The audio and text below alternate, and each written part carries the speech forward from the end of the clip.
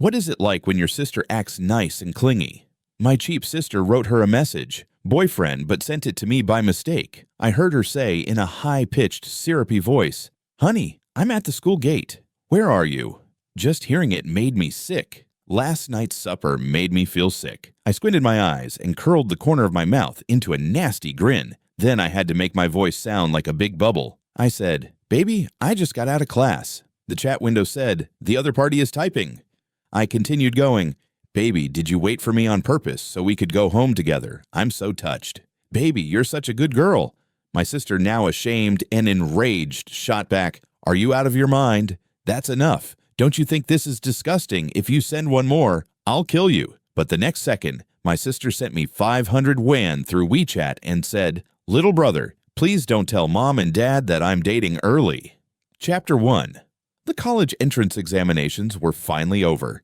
As I went out of the test center, I turned off airplane mode on my phone. The notification bar went crazy, texts popping up one after another. I had barely finished removing them when a voice message from my sister suddenly came up. In her syrupy, adorable accent, she asked, "Honey, I'm at the school gate. Where are you?" A shudder raced down my spine. My brows wrinkled sharply. What kind of crap was Alicia pulling? I glanced at the message for a time, considering. Then I remembered. One time at home, I'd unintentionally overheard her on the phone. On the other end, someone softly called her baby. I'd always believed she was dating early, yet I never have good proof. Every time I attempted to dig it out of her, she flat out denied it. Well, tonight she brought the evidence to me on a silver platter. The corner of my mouth twisted into a wicked grin. I strained my voice into an exaggerated bubble tone and replied, "Baby, I just walked out of the exam hall." Calling my own sister baby made me want to gag, but knowing it made her even more uncomfortable than me was pure ecstasy.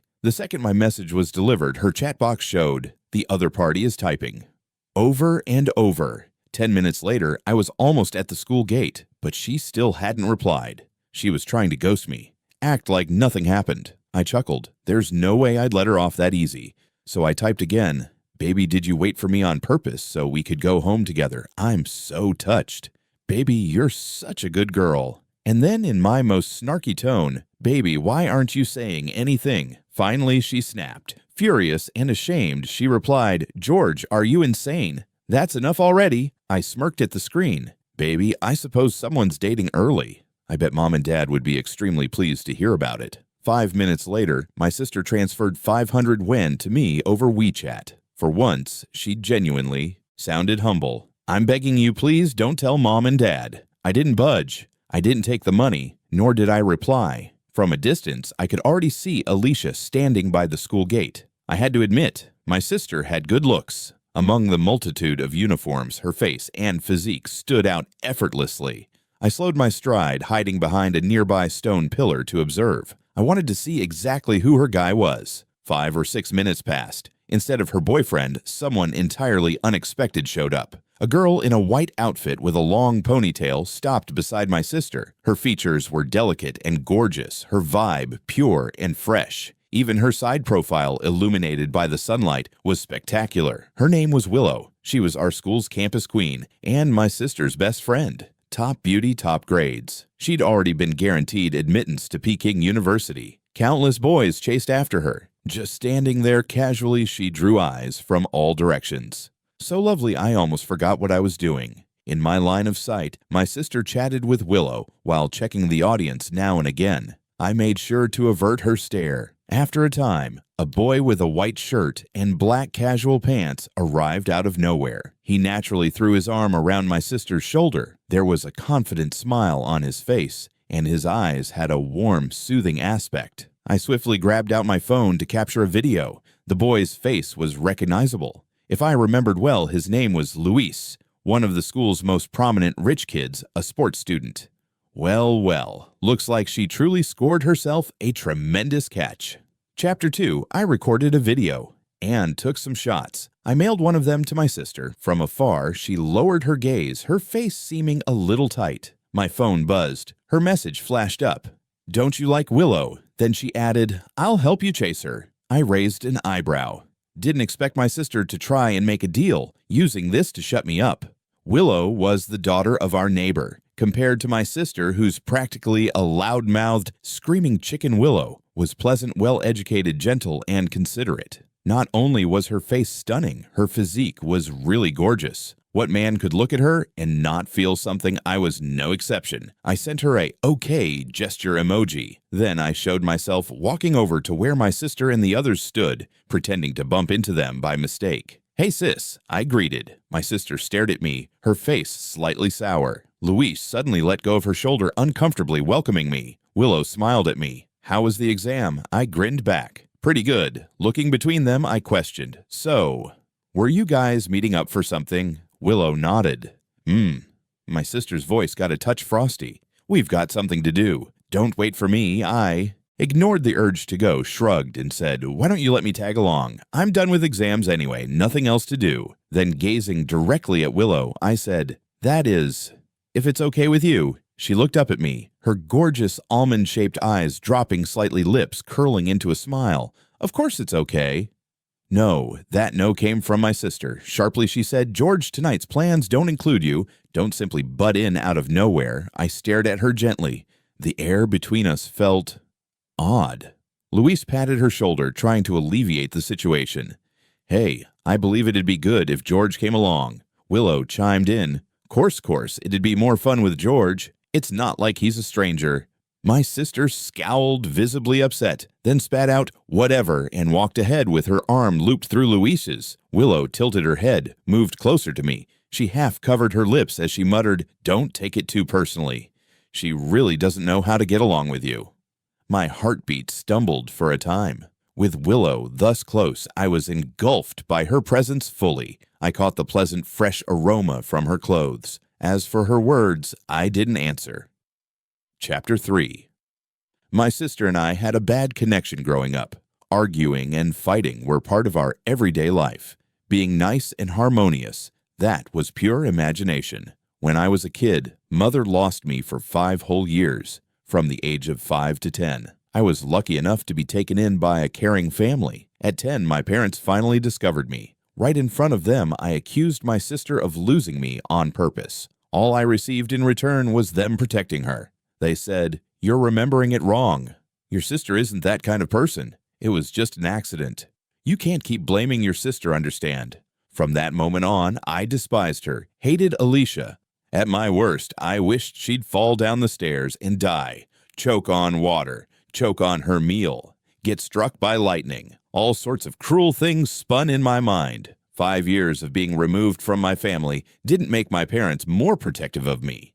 It only created a dim, constant distance. They felt I wasn't as obedient and reasonable as I used to be. They feared those 5 years had corrupted me, that I'd grown rowdy, narrow-minded, crude, unteachable. That was their unstated assessment of me. One restless night, not long after I returned back home, I climbed out of bed to hunt for my parents, only to overhear their talk in the living room. It felt like someone had slammed a huge hammer into my skull, suppressing the fury and injustice blazing in my belly. I gritted my teeth in the darkness, eyes full of resentment, looking in the direction of the sounds without moving for a long time. Then I noticed the door of the room next to mine crack open. My sister had heard it too, through the weak light spilling from the crack. Saw her hesitate, taking a step toward me, then shrinking back. When she eventually did start to walk over, I spun around and went straight back to my room, slamming the door behind me. From that night on, I learnt how to wear a mask. Chapter 4. I went along with my sister and the others to have dinner. At the table, Willow took the initiative to chat to me. She knew how to listen, how to keep a conversation flowing. Talking with her was effortlessly delightful. My sister, on the other hand, was distracted the entire time. Who knows what she was thinking about? Maybe planning out how to kick me out of their tiny circle. Luis was eating when suddenly he put down his chopsticks and waved toward the door. Instinctively, I turned my head. The moment I saw who it was, my heart fell. Makoto, the person I loathed the most. He was the one who spent my 5 years missing, had been brought into my family as my successor. When I returned, I caused tremendous havoc trying to drive him out. My family understood quite well how much I resented Makoto, but what I hadn't expected was that all these years they had maintained in touch with him behind my back, so close that it had become its own small circle. I clenched my teeth, gazing at Alicia. She glanced right back at me, her expression cold, as she stated, "Told you not to come, but you insisted." Her remarks were usually harsh enough to cut. Willow frowned at that, giving her a quick kick under the table. "Alicia, don't be like that," she replied with mild reprimand. Staring at Willow's profile, I fought down the irritation in my chest, trying to keep up appearances. Makoto strolled over with a grin. "Sorry to keep you waiting, everyone," he said. But when his glance landed on me, his smile faltered for a second and his tone got cautious as he replied, shocked, "George, you're here too." Maybe I was biased, or maybe I was just instinctively suspicious, but that sentence touched me the wrong way, as if what he really meant was I shouldn't be here. Normally, I never bothered to hide my hatred for him, but in front of others, especially with Willow here, I tried to act easygoing. I forced up a false smile, nodded, and let it go. Looking around for a seat, Makoto said, "Where should I sit?" Willow gestured him over. "There's a spot next to me. You can sit here." It was a 6-person table. I was seated next to Willow. Alicia and Luis were across from us. Technically, Makoto could have sat on Alicia's side, but the instant Willow spoke, I felt my brow wrinkle. Makoto laughed. Thoughtful as always, these are all my favorites. He sat down alongside Willow, grinned like an idiot, and started eating mouthful after mouthful with obvious eagerness. "So, how were your examinations? You have a good feeling about them?" he asked. "Remember, we agreed we'd all get into the same university. Gotta stick to that." As he rattled away, Alicia smiled gently. "Relax, it's no problem." Luis added in, "I'm good too." Willow pouted. "Well, you two are fine, but I'll be stuck at my own school." Alicia rolled her eyes. "There you go, being all humble brag again." "Too much. We should ban future Peking University students from talking to us." They laughed and joked, exchanging stories and inside references I didn't know. That intimacy between them was like an invisible barrier locking me out. I ate silently. Everything tasted like sawdust in my mouth.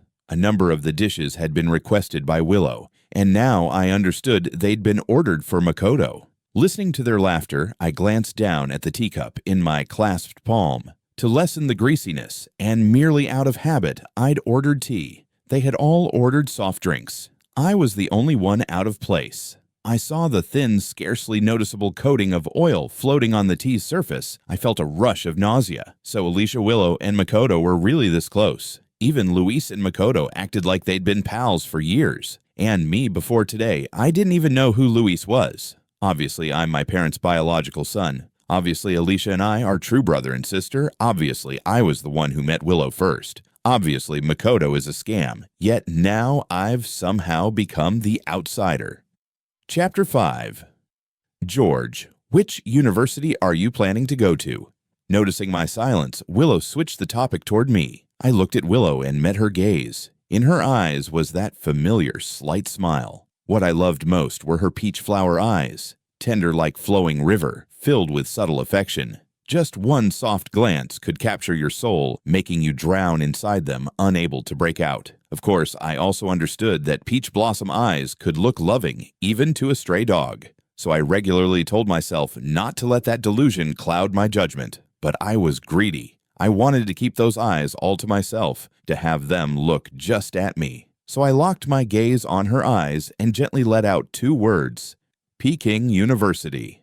The instant I said it, everyone looked shocked. Makoto chuckled and said, "George, you've learned a joke, huh?"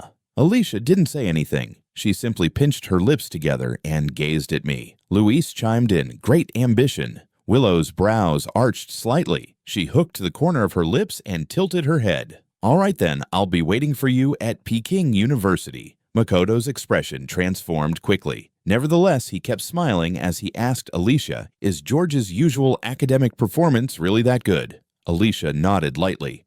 He's in the top 10 of his grade." Then she turned her head toward me and winked. "But there's still a gap before getting into Peking University." This time, Makoto's smile seemed truly amused. "George, good luck." I lowered my eyes with a bitter sneer. Everyone at this table was fake as hell. Chapter 6. They had booked a KTV room in advance. After dinner, the gang went straight there. Makoto had a good voice. Singing nearly became his solo performance. I wasn't in the mood. I was only paying attention to Willow. I asked Willow duet. The song had just switched. Willow had just snatched up the microphone to reply, But Makoto, having finished the last song, turned and sat square between Willow and me, blocking me. He grinned at Willow. "I've been wanting to attempt this song too. How about—" I cut in immediately. "Then I'll sing it with you." Makoto's smile faltered for a second. After a pause, he responded generously, "All right." Willow tilted her head at me, then leaned over and handed me the microphone. This duet turned up uncomfortable for both of us. After Makoto had enough singing, he started laughing and speaking with Willow instead. I bent my head and sent 2 messages to my sister. "Weren't you going to assist me pursue Willow?" "Did you?" Alicia stared at her lit-up phone screen and swiftly switched it off. "I'm going to the restroom," Makoto abruptly exclaimed, rising up and walking out. After a bit, Willow also got up, said she'd step out for a bit. Looking at the 2 empty seats, I couldn't shake a peculiar feeling, a restless discomfort. Alicia disregarded my messages, performing a love duet with her partner. I bowed my head, scrolling on my phone. My finger hesitated over Willow's profile picture, a white kitty. Suddenly, my hand stiffened. My gaze landed on the keychain Makoto had left on the sofa. Dangling from it was a fluffy white cat charm, clearly something gifted by a girl. Chapter 7. I scowled, trying my best not to conjecture. Maybe it was just a coincidence. I stood up and left the private room, headed toward the restroom. As I passed room after room, the golden hallway went on. Long, similar, almost enough to make someone forget their way. Turning a corner by chance, the scene before me froze me in my tracks. Makoto was cradling Willow in his arms. His palm rested gently on her hair, and the stare he lowered onto her was filled with helpless pleasure. The lights overhead were so brilliant, they stung my eyes. In that instant, my heart seemed to stop. Now it all made clear. Of course it made sense. After all, whatever I admired will eventually be snatched by Makoto. The year after I went missing, Makoto came to reside in my house. We're actually cousins. Makoto is the son of my mom's twin sister. After his parents split, they each sought new partners. He was awarded custody to his father. My aunt and her new husband went abroad. I heard Makoto's stepmother treated him horribly, and he once called my mom crying, addressing her his grievances. My mom, feeling terrible for him, and possibly because my disappearance caused a wound, saw in Makoto, who resembled me, a place to pour out all the motherly love she'd lost. She decided on the spot to bring him into our house and raise him. Our family was well off, living in a beautiful villa district. Makoto, residing under our house, enjoyed all that had belonged to me. My parents dubbed him son. My sister told everyone he was my younger brother. Everyone liked Makoto. The day I was found, dirty, unkempt, looking like a beggar, I noticed Makoto standing tall on the stairway, looking down at me with a scornful glance. My mind went blank. And when I heard him calling my parents Dad and Mom, and calling my sister by the same name I used, I lost it. I charged at him, ready to punch him. I grabbed his collar and yelled, "That's my dad and my mom. That's my sister. Shut the hell up." I was like a wild animal in a frenzy, aggressively attacking the interloper who had taken over my turf. The first 6 months after I returned back home were horrible for me. I was miserable. It took everything I had to ultimately force my parents to send Makoto away. Over the years, I still saw him during holidays or family events. Every time, my parents would immediately compare me to him. No matter how much I excelled in everything in their eyes, I was always missing. That flaw stemmed from a deep-rooted bigotry in their hearts. They considered me as morally flawed, narrow-minded. I've been unwilling to accept it. I've suffered. I've been angry. Even now, I still work hard to prove myself. I wish to protect everything that should have been mine. Yet it all feels like it's on the point of falling. My parents don't feel like my parents. Alicia doesn't feel like my sister. And now Willow is the same. They can see Makoto, but they can't see George. Chapter 8. I turned around and found Alicia standing behind me. She had seen what I had just seen. Her look was confused, as if she wanted to say something but stopped herself. I passed past her without giving her a glance. George. My sister caught up with me in a few steps, tugging at my sleeve and beckoning me quietly. That one call was like a spark, igniting all the rage I had been holding in the whole night. I wrenched my arm free and slammed her to the ground. She stood up scowling. "What's your problem? Are you out of your mind?" I gazed at her with venom, my teeth gritted. "This is what you call helping me. You knew they were together, yet you still pushed me to chase her. What, you think that's funny? Right now, I really feel like a goddamn clown. Is that what you wanted to watch me make a fool of myself? Well, great. Now you've seen it. Are you satisfied? The humiliation of being played with and having my dignity trampled made my voice shake. What made it worse was that this shame came from someone tied to me by blood. I looked at my sister and laughed angrily. Wow, Alicia, you really are my sister, helping an outsider mess with me. From childhood to now, you've always been like this. What is it? Are you just wired to side with others? Alicia, how can you keep being this cheap and shameless for so long? She dropped her gaze, squeezed her lips together, and said nothing. She stepped forward me, then stepped back again. I didn't know, she explained. I didn't know they were together. I rubbed my temples, letting out a giggle of astonishment. You didn't know? I responded, bullshit you didn't know. What's your relationship with them? One's your best friend, the other's your childhood sweetheart, and you're telling me you didn't know. Are you trying to dupe an idiot? I went on, you know I have bad blood with Makoto, yet you've maintained in touch with him behind my back. You know I like Willow, and you said you'd help me pursue her. You know everything, so why pretend to be naive? You just wanted to watch me crash and burn. I stared at Alicia, my heart split between anguish and wrath. That deep, festering gloom I'd carried for years was eating away at me, making every part of me pain. Through tight teeth, I shouted, "You're my sister. Why would you mess with me like this?" From the private room next door, I heard a song I recognized. The voice carried line by line into the hallway. There, Alicia and I stood in quiet, facing each other. Those eyes, so identical to mine, held an emotion I'd never seen before, and suddenly Willow and Makoto emerged in my sight. They gazed at us with disbelief. I turned and walked away. I wanted to escape, to leave that little circle that had never belonged to me. Chapter 9. I went aimlessly along the street, passing under one streetlight after another. I watched my shadow spread long, then shrink short again. Eventually, I found an area to sit at a bus stop. Staring at the automobiles rushing past on the road, I was suddenly overcome with regret. Regret for losing my temper. Regret for speaking without considering. I made it seem as if I cared about them so much. When I finally calmed down, the discomfort hit me. The bus stand was absolutely empty. I glanced at the sign and realized it was already past 11. Bus service had long disappeared. I hadn't brought my backpack with me. My phone was still in my pocket, yet I didn't want to go home yet. I examined the map. Going home from here would take an hour and a half. I decided to stroll back slowly. When I approached the riverside and was going to cross the pedestrian bridge, I caught sight of a little figure carrying an immense burlap sack digging through a trash can. The filthy, ill-fitting garments, the fragile physique, and those terrified eyes turned toward me when they heard my footsteps.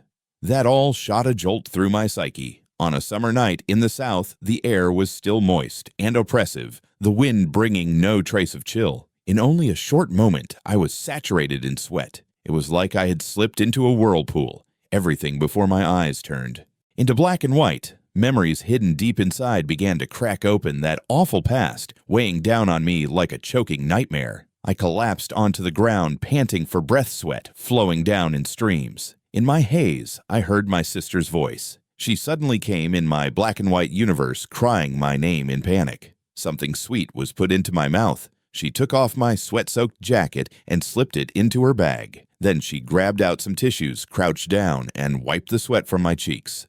Maybe I was dreaming. In the dream, my sister actually was the sister I remembered. Chapter 10. My sister held me as we walked across the pedestrian bridge. Fully conscious now, I kept my eyes open, peering sideways at the pitch-black river water below. I hadn't expected her to chase after me. At this point, with her holding me up, I stayed silent. When we were young, we regularly watched out for each other, helping one another. But that was so long ago. So long that I had forgotten what that warmth felt like. In recent years, we've been at each other's throats. I'm all thorns. Her tongue is sharp as poison. There's not the tiniest indication of the brotherly fondness we should have shared. Sometimes I even suspect Alicia had been exchanged with someone else. George, my sister, immediately called my name. I didn't respond. She realized I was listening and carried on chatting nonetheless. With a sigh, she added, "I admit I know Makoto likes Willow, but Willow has never explicitly embraced his love. I genuinely didn't realize they were together." In a gentler voice, she said, "I never wanted to disgrace you." I let out a low, chilly laugh.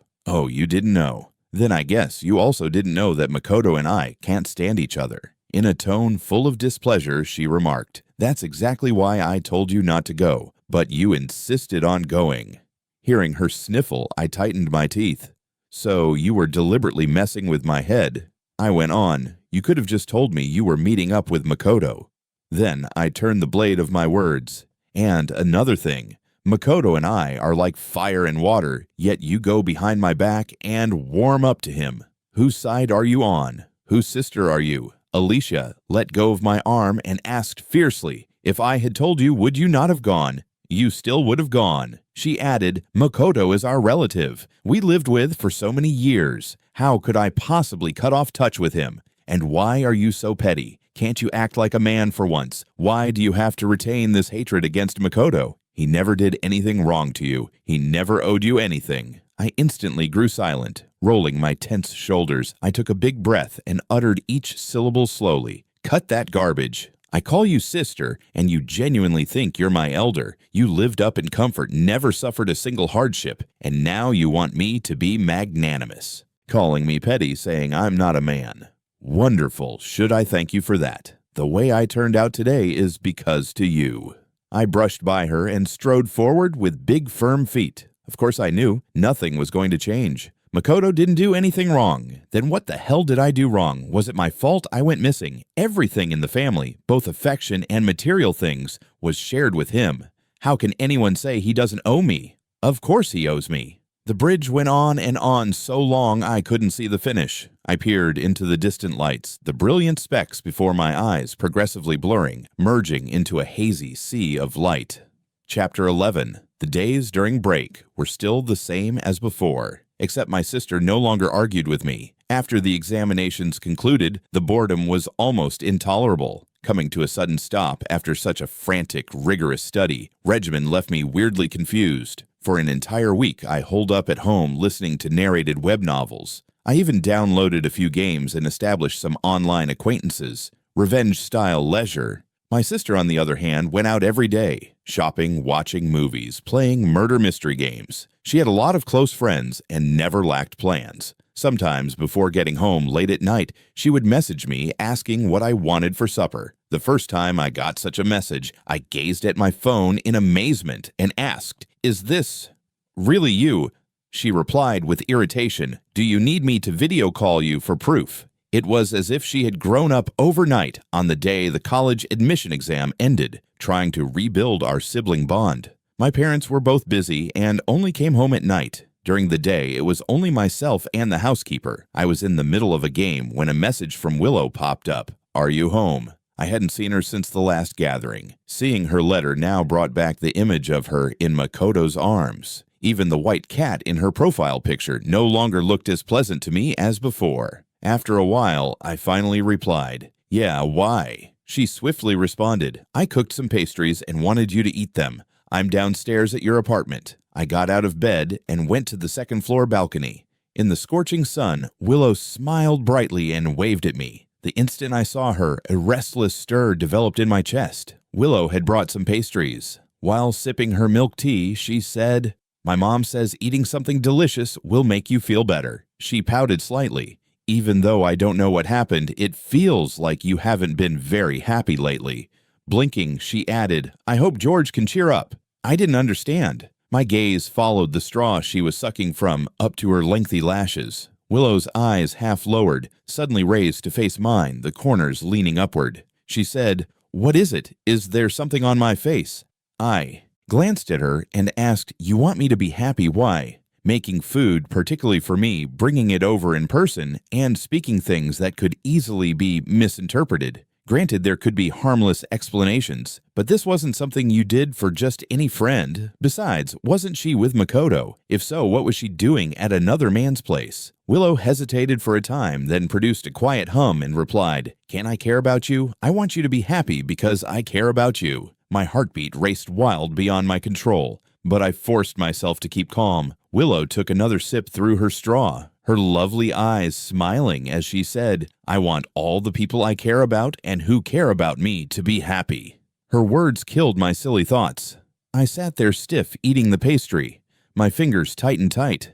I asked, "Are you dating Makoto?" Willow looked astonished, shaking her head fast. "No." Maybe my shock was too obvious, because after pondering for a second, Willow remarked, "You saw him hugging me, didn't you?" I frowned and uttered a quick, Willow covered her mouth and let out a little laugh. After I rejected his confession, he asked if he could just hug me once. She squeezed her lips together. He said it like that, and I didn't want him to feel too bad. Willow studied my expression.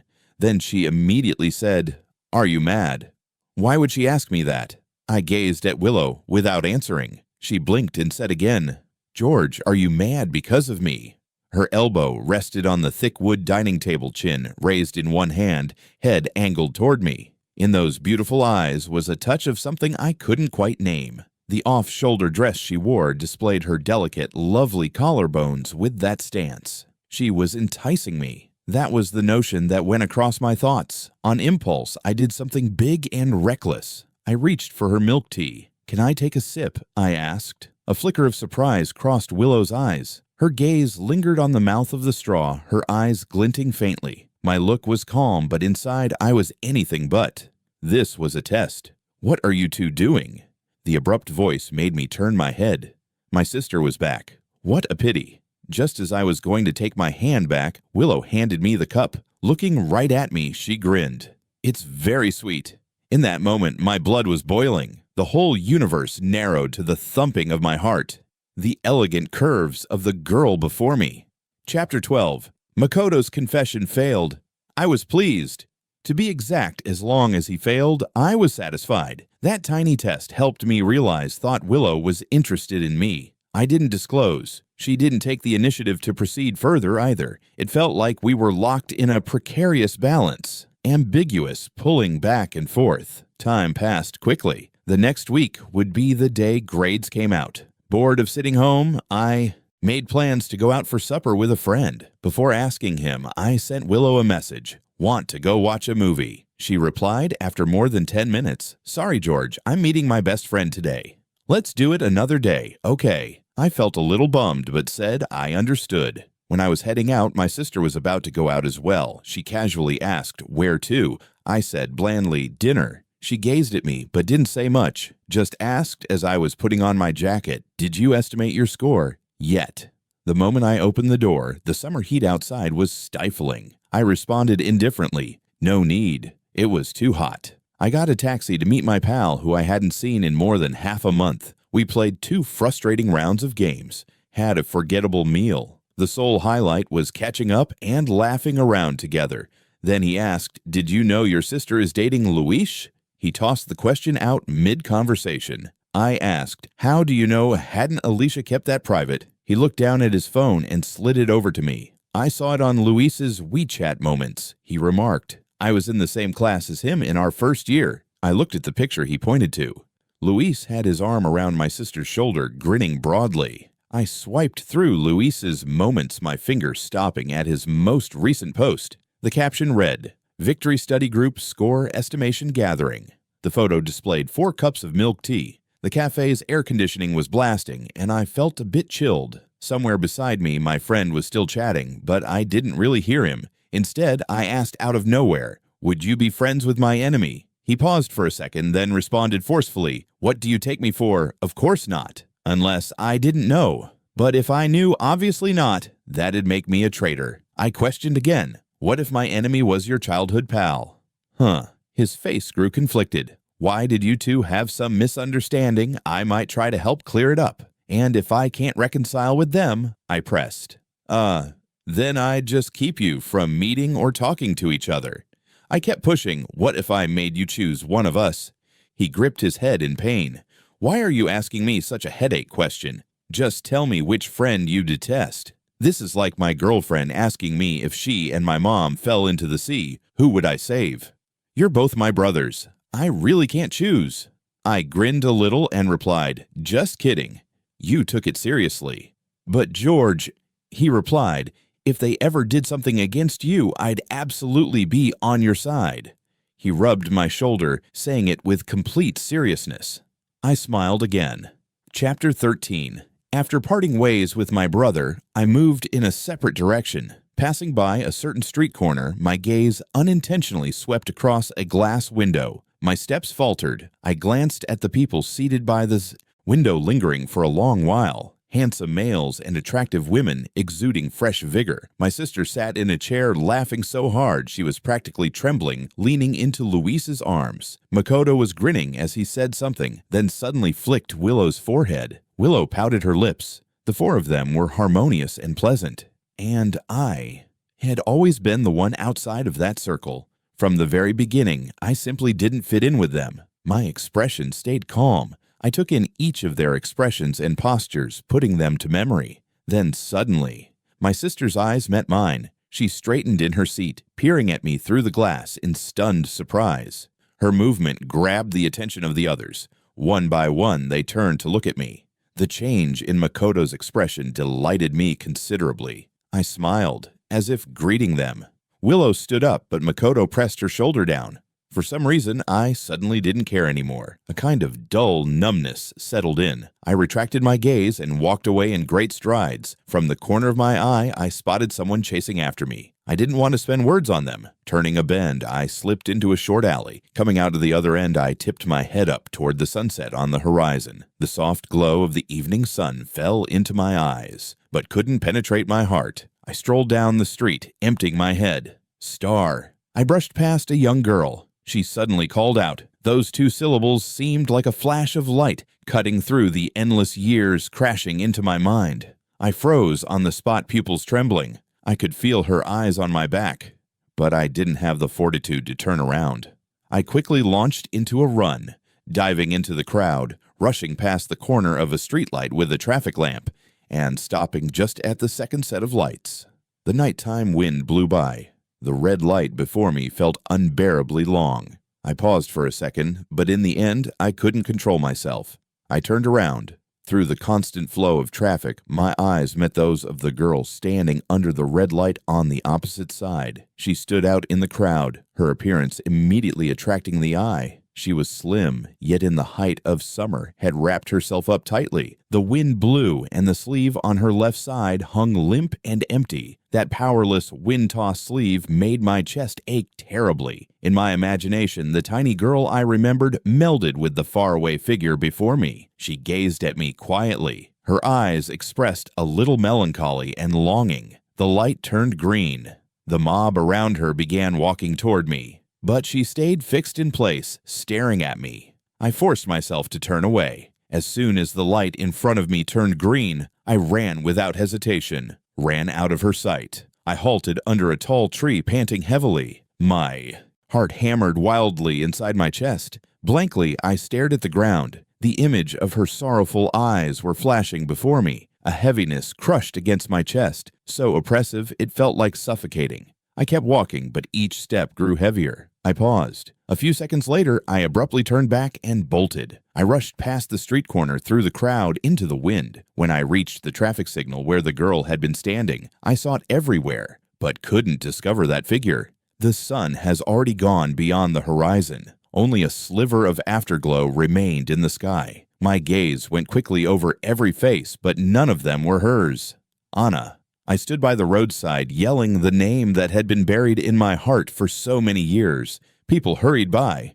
No one stopped. I dropped my head in frustration. Regret gnawed at me. I shouldn't have run. I wanted to see her. Chapter 14. Star. A pair of girls' shoes emerged in my line of sight. I snapped my head up. The last remnant of sunset glow disappeared from the horizon. For a brief instant, the whole globe was taken over by a profound, muted blue. The girl was staring blankly at me. Her shallow, gorgeous eyelids folded into delicate lines, slanting gently toward the outer corners of her eyes like a crescent moon. A small red mole near the tip of her top eyelid flickered with the tiny tremor of her lashes. In a shaky voice, I called her Anna. My eyesight blurred. Anna raised her right hand, but I went forward and took her into my arms before she could move further. Her body trembled slightly, then she returned the hug with one arm. In my ear, Anna whispered, "I finally found you." Chapter 15. Meeting Anna was the greatest stroke of luck in those 5 dark and agonizing years after I went missing. I was never taken in by some kind-hearted family. That was just the explanation my parents come up with to tell others. The fact was, when I got lost, I wound up in the hands of a criminal organization. There were several children there. The healthy, gorgeous, and extremely young ones were bought by others. The rest of us were taught to steal. As a child, whenever I was scared, I wouldn't speak. They assumed I was silent, so I resolved to keep pretending. I was forced to learn all kinds of stealing skills, and getting thrashed or chastised was part of daily life. We ate horrible food that was never enough to fill our tummies. They slept on straw mats put out on the floor. I was obedient, well-behaved, and because of that, I evaded a good number of beatings. I had seen what happened to children who disobeyed. Those pictures were like horrors, leaving me unable to sleep well for a long time. Anna was different from the rest of us. She called one of the terrible men their uncle. She lived in another household in the village. The first time I met her, she was strolling past where I stayed carrying an old, ripped burlap sack on her back. Her uncle reprimanded her, urging her to go home, but she grinned innocently and said, "Grandma told me to go collect bottles. You can only spend the money from selling bottles yourself." Her clothes were old but scrubbed well. Her face was delicate and doll-like. She didn't look like a child who should have been born in this environment at all. We kids who stole and begged would be loaded into trucks and taken to the city to beg pitifully for money to con and trick people.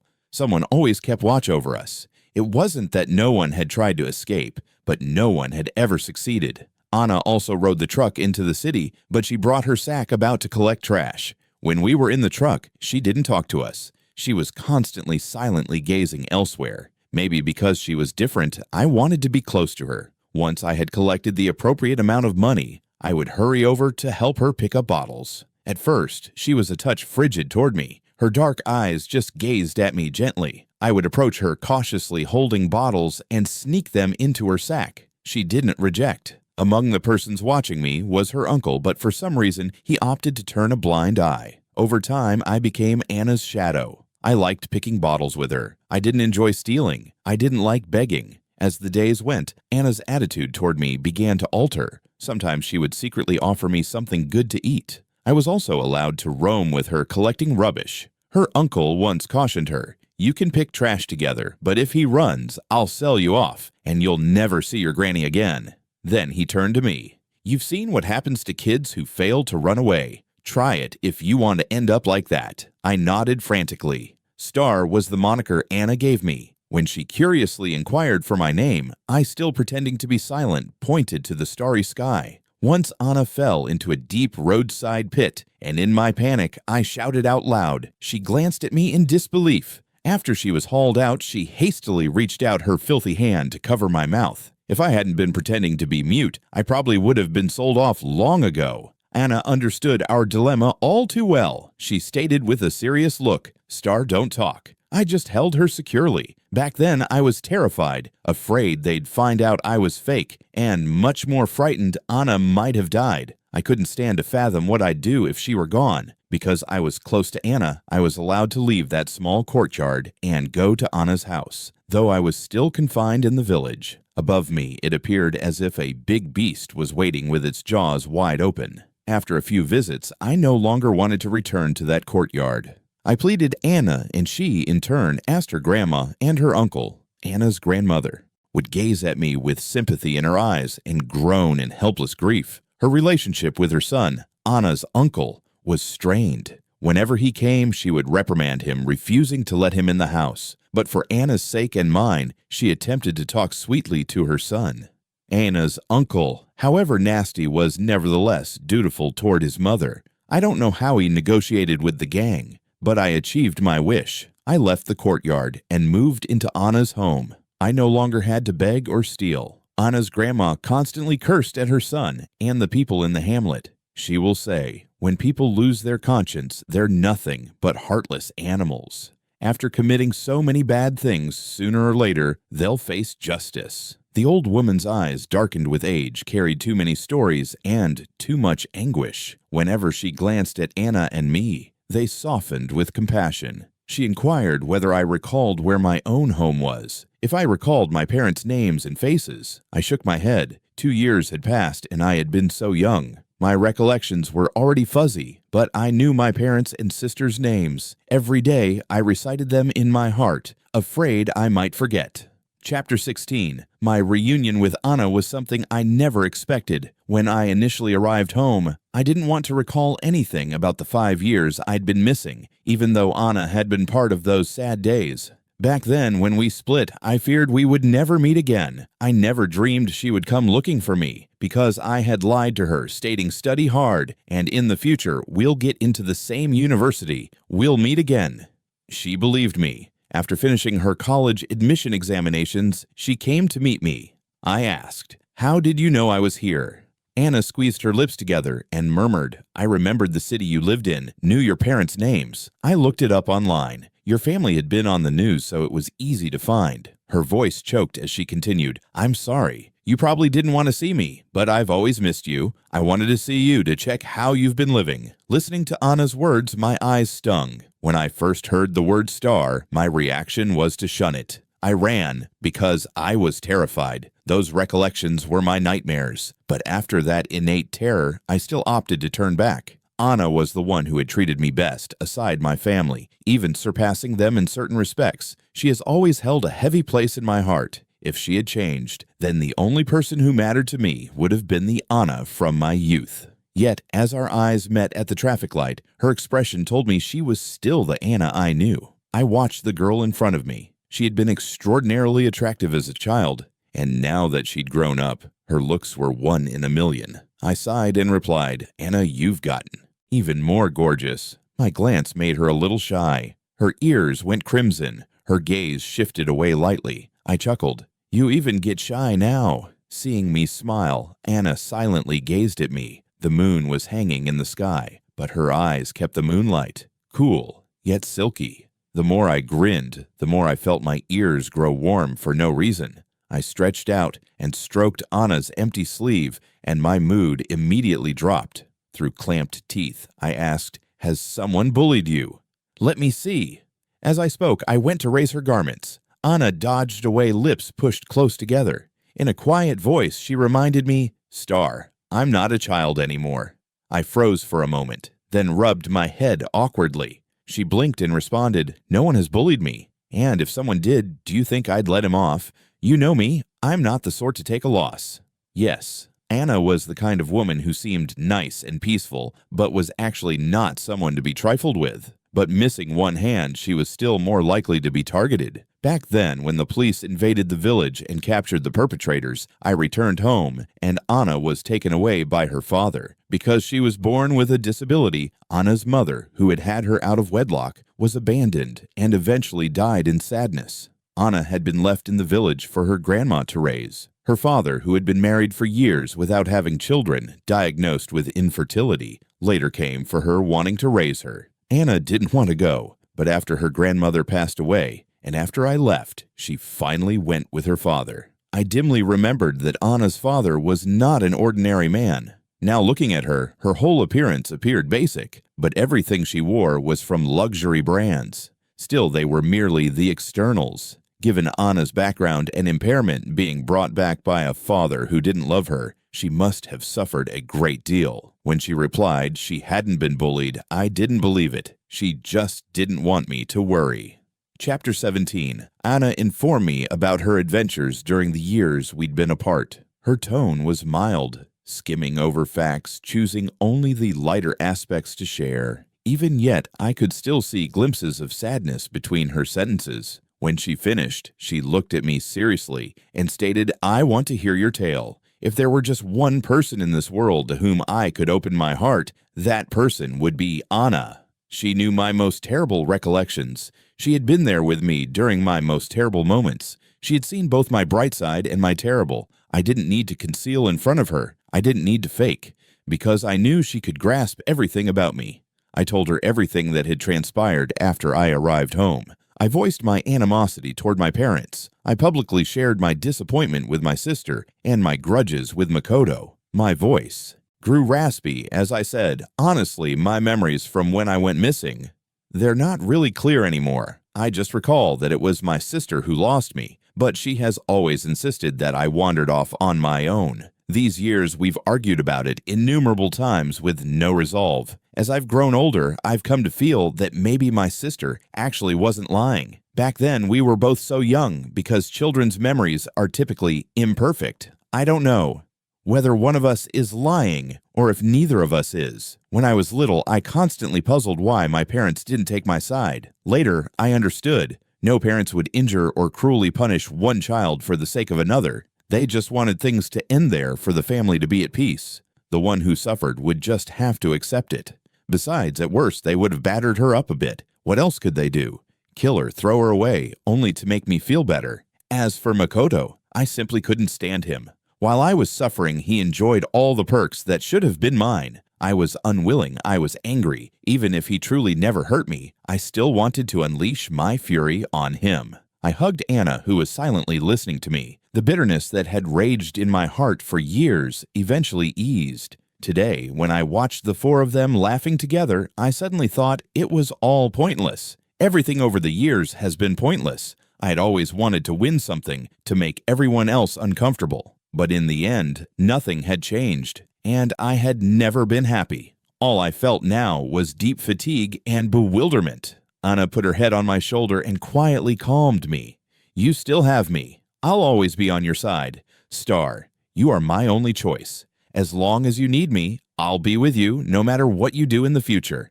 But I still hope you can be happy. In that time, holding Anna and gazing at the far darkness, my thoughts seemed to grow lighter. That heart of mine, always empty and restless, felt full at last. Chapter 18. Anna was sleeping at a hotel near my home. I would go see her from time to time. My sister squinted her eyes at me and said, "Hey Brad, are you dating someone?" Lately, my temperament had changed a lot. I no longer butted heads with her. That day, when we returned from the gathering, she had discreetly observed me come home late, trying to explain why she'd met with Makoto. I merely responded with an uninterested I shrugged and added, "That's your freedom." She gazed at me in amazement, her face full of incredulity. I no longer bantered with her like previously. Even when I occasionally heard Makoto's name, I had no specific reaction. My sister often glanced at me with a frown, as if she wanted to say something, but held it back. Today, when she asked me if I was dating, I shook my head. To tell the truth, Anna and I weren't in a boyfriend-girlfriend relationship, she questioned, so what's going on with you and Willow? I hadn't really been in touch with her lately. She had sent me messages, and I replied respectfully. When we met, it was only a brief greeting before I left. No desire for longer conversation. I had liked her previously, but that was it. She was too intentional. From the day she came to my home to meet me, I had already seen the reality, and after seeing her at that party, I entirely lost interest. A lady who wanders between several guys with no sense of limits. A woman who might feel something for you, yet would never definitely select you. Not worth it. Thinking about it carefully, we weren't actually anything. I never confessed, and we were never together. At most, we were merely neighbors. That one moment of flirtation meant nothing at all. Chapter 19. On the day the exam results came out, I left the house early in the morning. I went to meet Anna.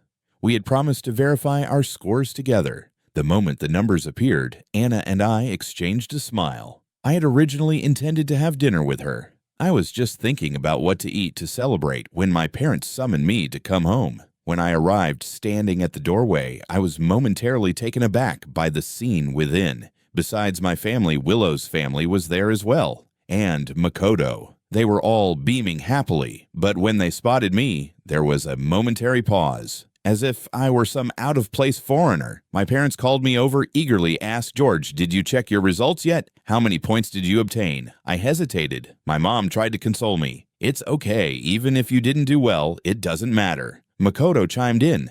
"Yeah, George." Then he grinned. "By the way, Alicia and I both scored over 580. We're planning to apply to the same university." Alicia leaned toward me and asked, "You normally score quite good, don't you? You should have gotten over 600 on the college entrance exam, right?" When Makoto heard her say over 600, a tinge of disdain flashed in his eyes, but it swiftly morphed into a smug smirk. "You said before you wanted to get into Peking University. What is your score too low for you to admit it?" I glanced at Makoto and slowly grinned. I said, "It's not that I didn't do well, it's that I don't know my score." Everyone looked puzzled except Willow, who was the first to congratulate me. Makoto's expression clouded. "Why are you congratulating him?" he asked. Willow grinned and said, "When scores are buried, it signifies the student is in the province's top 50. The numbers are kept hidden."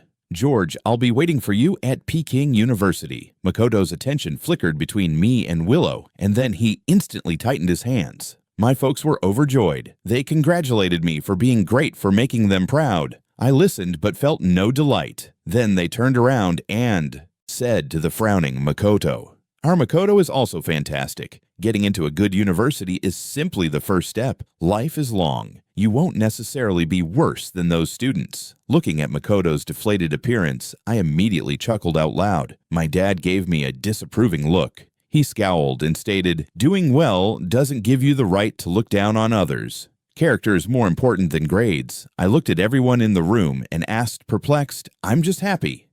I did well. Am I not permitted to feel joyful, not allowed to grin? If he's frowning, am I not permitted to be smiling? I wasn't mocking him. Is it my fault he didn't score higher than me?" I stepped up to Makoto. With a bang, I punched him without warning. Then I laughed and said, "Ha ha ha, yeah, now it's my fault, because I'm the one who made him cry."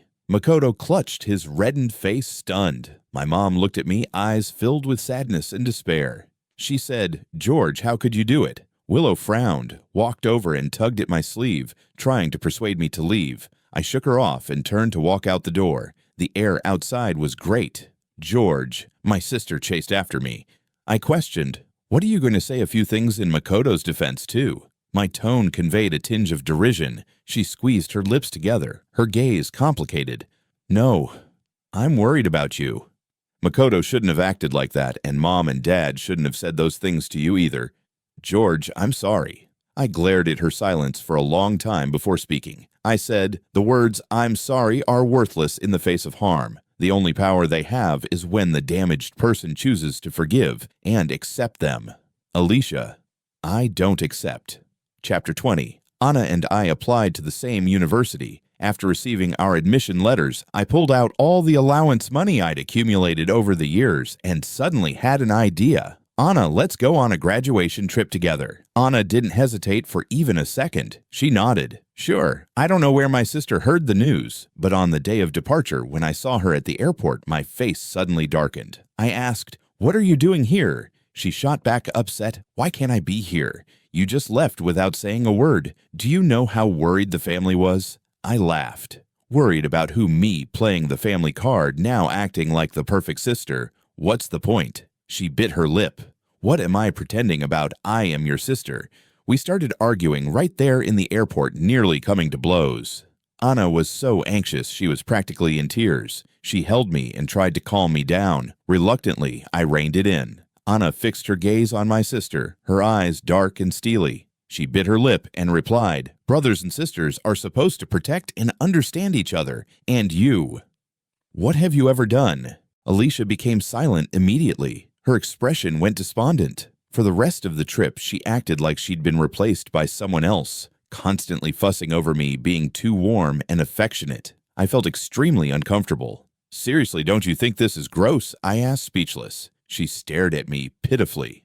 "I just want us to be a loving brother and sister. How can you call that nasty late at night?" I silently exited the room. Anna was already waiting outside. I took her hand, then we strolled out of the hotel to the beach, listening to the waves and staring at the stars. The midnight air along the water was cool. I put a jacket over Anna's shoulders. We sat on the sand, leaning on each other in quiet. I sighed. My sister's insane. Let's get tickets tomorrow for somewhere else and ditch her. She, barefoot in the sand, nodded gently. All right, I laughed. Actually, I'm kind of happy I said. This is the kind of sibling relationship I always imagined. Before I was 5, even though we disagreed, bickered, and battled about things all the time, she would block Dad when he tried to attack me, and I'd protect her when someone bullied her. These days, I keep dreaming about the day I got lost, but it's still blurry. What I resent isn't the fact that I went missing, but that they found a replacement for me. I wanted my parents to be our parents, mine and my sister's, and for my sister to be my sister, but they brought in Makoto instead. And then they have the nerve to tell me to be gracious. I can't. Not even a little. Forgiveness is impossible. Harm is the damage suffered. Making amends is recompense for that damage. Compensation attempts equality, yet it can never recreate the same item, let alone undo the loss. They're not interchangeable. Anna grasped my hand hard. She didn't say a thing, but simply looking into her eyes, I felt comfortable inside. The sea breeze knotted her long hair. I stroked the outline of her features, thinking she'd look gorgeous, no matter if her hair was long or short. I smiled. Anna, I want to do something horrible. Her gaze flashed. When I leaned a bit closer, Anna immediately stood on tiptoe and kissed me. The kiss carried the coolness of the sea breeze. It was light, so light it made my heart itch. A tiny electricity raced through my body like the flutter of butterfly wings churning up a storm in my imagination. Chapter 21. When I arrived back, I realized there was more sand at the doorway of my sister's room. I remembered it being clean when we left. I paused for a few seconds, then went back to my own room. After half a month of traveling, Anna and I headed back to our different homes. We planned to meet again after school started. After returning, I overheard Alicia telling my parents, "From now on, don't let Makoto come to our house." Makoto, who had never phoned me before, suddenly called. Out of the blue, he demanded to know what I'd done to my sister, why she was ignoring him now, and ordering him not to contact her again. I couldn't be bothered to explain. I immediately hung up and blocked him. It appeared like my parents were trying to bridge the gap between me and them, but the years of distance had already driven me far away. Every day I counted down to the start of school. I video chatted with Anna every day. I lived day by day waiting. I couldn't wait any longer, so I left a couple days early. Anna arrived to fetch me up at the airport. The moment she spotted me, she ran directly into my arms. She hooked her arm around my neck and murmured with mock pitifulness, "If I didn't only have one hand, I'd have climbed onto you like a koala." I dropped my head to gaze at her and whispered slowly, word by word, then run again. "I can catch you." One hand doesn't change a thing. Chapter 22. I ran into Willow at school. She said, "George, I've been waiting for you all this time. You stated you got into Peking University for me. I swiftly stopped her off. No. Willow was standing under a tree, the sunlight flowing through the leaves and scattering over her. She looked stunning. I looked at the girl I had once liked and stated sincerely, "I didn't take the exam for you." Willow frowned. "Why would you say that? Fine, I won't see Makoto anymore. Is that good enough, Star?"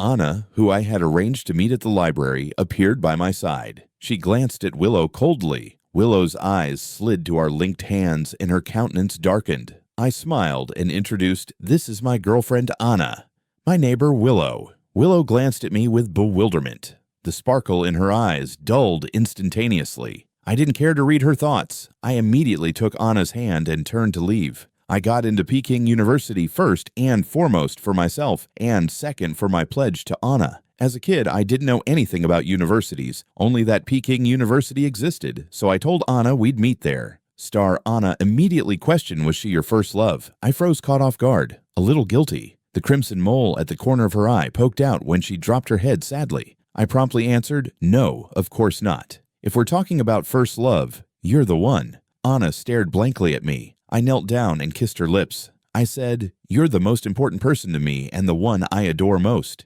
No one can compare to you." Anna's lips twisted into a tiny smile. She raised on tiptoe and kissed me back. She said, "I feel the same."